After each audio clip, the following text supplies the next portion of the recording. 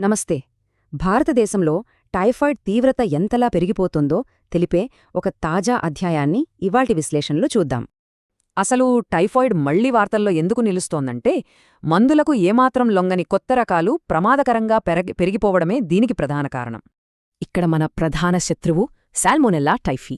ఇది కేవలం మనుషులపై మాత్రమే దాడి చేసే అత్యంత ప్రమాదకరమైన బ్యాక్టీరియా. ప్రధానంగా కలుషితమైన ఆహారం, నీరు తీసుకున్నప్పుడు ఈ వ్యాధి ఒకరి నుంచి మరొకరికి చాలా వేగంగా వ్యాపిస్తుంది. మొదట్లో ఇది సాధారణ జ్వరంలాగే అనిపిస్తుంది. రోజుల తరబడి అధిక జ్వరం, విపరీతమైన నీరసం, వికారం, తలనొప్పి బాధిస్తాయి. కానీ రోజులు గడిచే కొద్దీ తీవ్రమైన జీర్ణకోశ సమస్యలు మొదలవుతాయి. భరించలేని కడుపునొప్పి, మలబద్ధకం లేదా విరేచనాలొస్తాయి.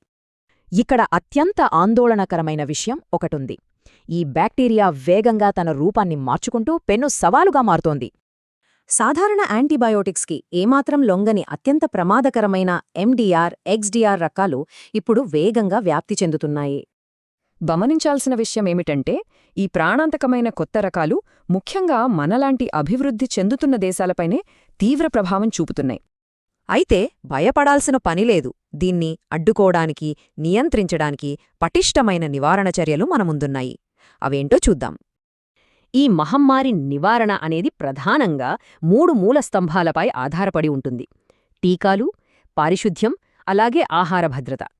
మొదటిది టైఫాయిడ్ కాంజుగేట్ వ్యాక్సిన్ అంటే టీసీవీ. ఈ ప్రమాదకరమైన బ్యాక్టీరియాపై పోరాడే ప్రాథమిక కవచం ఇదే. రెండోది పారిశుధ్యం. పరిశుభ్రమైన తాగునీరు వాడటం, వ్యర్థాలను సరిగ్గా నిర్వహించడం మనల్ని మనం రక్షించుకోవడానికి అత్యంత కీలకం.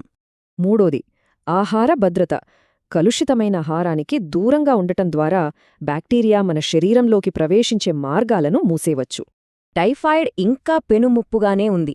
మరి పోరులో అంతిమ విజయం మందులకు లొంగని బ్యాక్టీరియాదా లేక మన నివారణా చర్యలదా?